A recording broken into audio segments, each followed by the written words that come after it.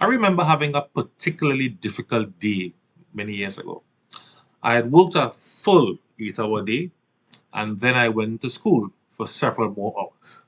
So when I got home late that night, I said to my mom, I need more hours in the day. And she said, no, you need to do less. And with that pearl of wisdom, she focused my mind on priority. So, what about you? As a leader, do you find that you don't have enough time in your day to get done all the things that you want to do? Of course. That's how it is. So, if you can't find more time, just to be sure, you can't find more time. Right? If you can't find more time, then you need better priorities.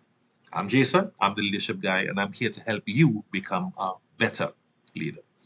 We often speak about getting better at time management. But the truth is that time management is impossible. To be able to manage anything, you must have some level of control over it. And since none of us, you nor I nor anybody else, is able to control time, then time management is impossible. So let me give you a better framework to use. Budget your time and manage your priorities. Yeah. Budget your time and manage your priorities. In budgeting your time, you determine how much time you are going to give to a task, project, or person. And in managing your priorities, you are going to determine what level of priority or importance you are going to give to that task, project, or person. And we can all do that. So let me give you a tool to help you manage your priorities. It's called the Pareto principle.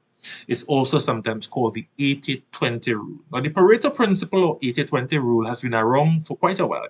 It was first discovered by a gentleman called Vilfredo Pareto, an Italian economist who planted a field of peas. And he discovered that when he harvested the peas, that about 20% of the trees gave him 80% of the harvest. And he thought that that was really interesting. It got even more interesting a little bit later on when he was doing a study of land ownership in Italy. And he discovered again that about 20% of the people owned about 80% of the land. That wasn't only true in his home country of Italy, but that was also true in other countries as well. Now, the term Pareto principle was coined by Joseph Horan, an American engineer who learned about Pareto's work about 40 years after he discovered it and coined the term when he applied that principle to business. Now, the Pareto principle or 80-20 rule says to us that about 80% of our output comes from about 20% of our activities. So to say that a little bit differently, if you produce 100 items in a day and you use 10 tasks to produce that 100 items, 80 of those items actually come from two of these tasks. That's incredible, right? Two of the tasks produce 80 of the 100. And that is just amazing. Now, that 80-20 split shows up all over the place. You'll probably realize that about 20% of the people have about 80% of the wealth.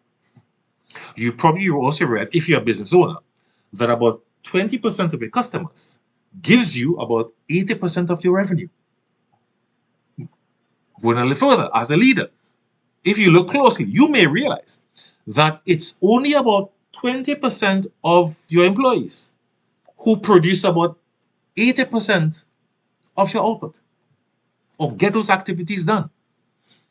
And that 80-20 split is just all over the place. So let's apply that to you as a leader. To be able to get the most out of this, what you want to do is find what is that 20%. Okay? So if you consider all of the things that you do, what are the activities or the tasks, or even in some cases people, that produce most of the results? That is your 20%. So the tasks that you do on a daily basis or weekly basis that produce most of the results, that's your 20%. The people who produce most of the results, that's your 20%. What you want to do as a leader is ensure that that 20% of activities, those things get priority, those things get done. Because if those things are done, then 80% of the production is already done. Which, as it relates to people, you want to ensure that the people who are responsible for producing most of your results, let's say, for example, in sales, they produce 80% of the revenue, you want to ensure that that 20% there gets your time and attention. They have priority.